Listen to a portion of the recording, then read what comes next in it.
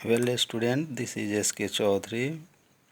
Today we will discuss about our Indian Constitution. First of all, we have to know what is Constitution, why do a country need a Constitution.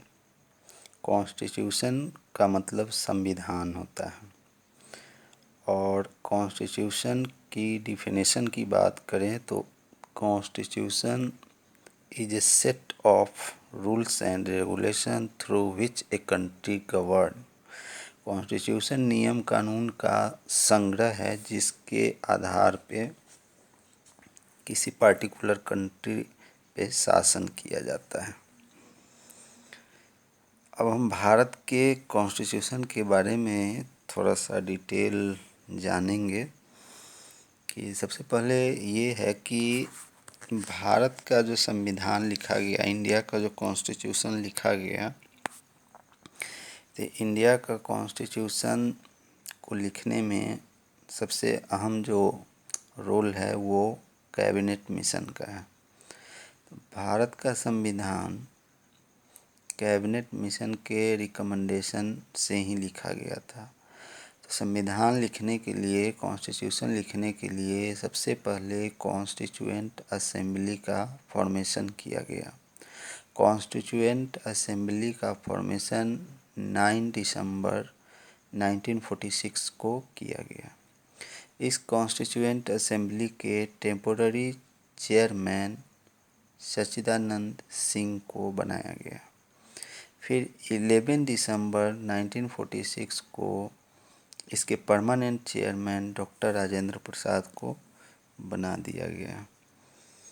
तो बच्चों, आपने जाना अभी तक कि संविधान क्या होता है, कॉन्स्टिट्यूशन क्या होता है, कॉन्स्टिट्यूशन किसके रिकमेंडेशन से बना, कॉन्स्टिट्यूएंट असेंबली का फॉर्मेशन कब हुआ, इसके टेम्पोररी चेयरमैन कौन थे और इसके परमानेंट चेयरमैन कौन थे।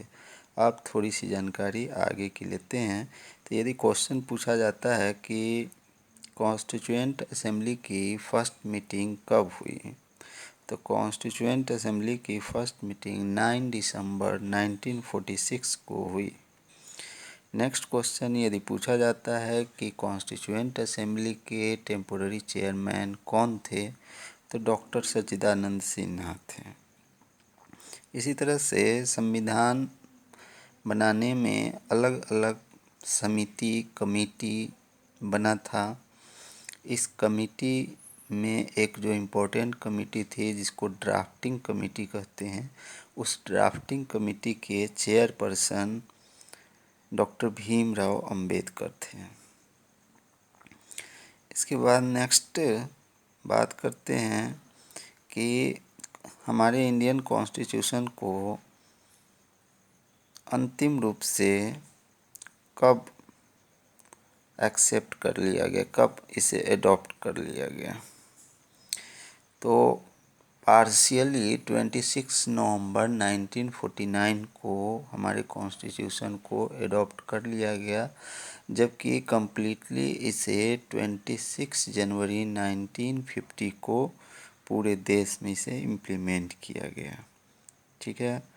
इसके बाद यदि क्वेश्चन आता है कि इंडिया रिपब्लिक कब अनाउंस हुआ, रिपब्लिक कब बना, तो इसका आंसर है 26 जनवरी 1950 को। इसीलिए हम लोग 26 जनवरी को रिपब्लिक डे मनाते हैं।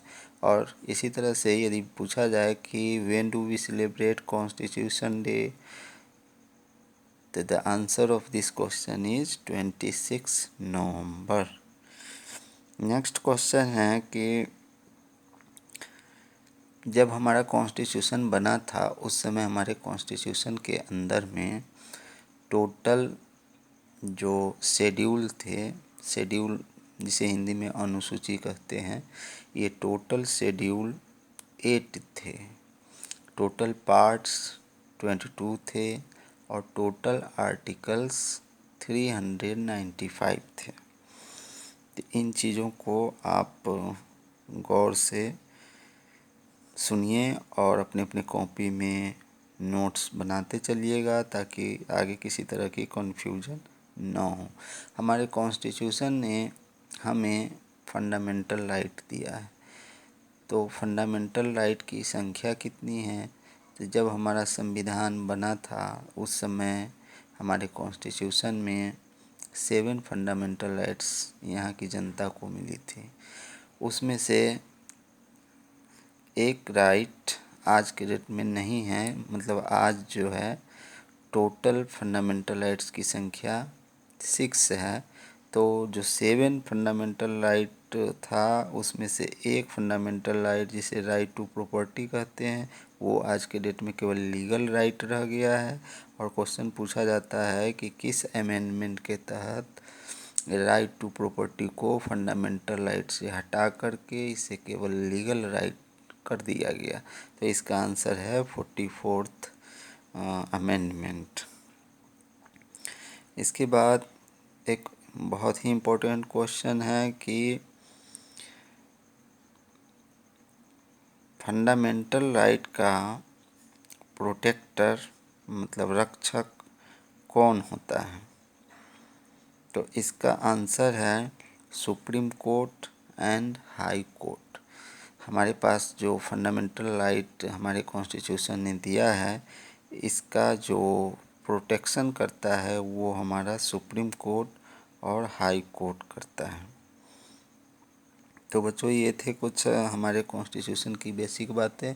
लास्ट में आपको ये भी बता दूं कि हमारा कॉन्स्टिट्यूशन जो बना उस पे टाइम जो लगा वो total time 2 years 11 month 18 days लगे थे। एक बार फिर से कॉन्स्टिट्यूशन लेसन को आपने मेरे द्वारा सुना, इसकी इम्पोर्टेंट बातों को सुना। अब आपसे कहना है कि आप इस बेसिक पॉइंट्स को अपने माइंड में रखेंगे।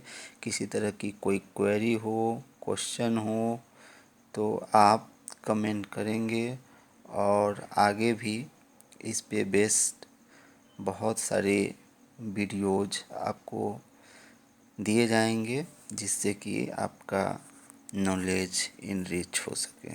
Thank you very much.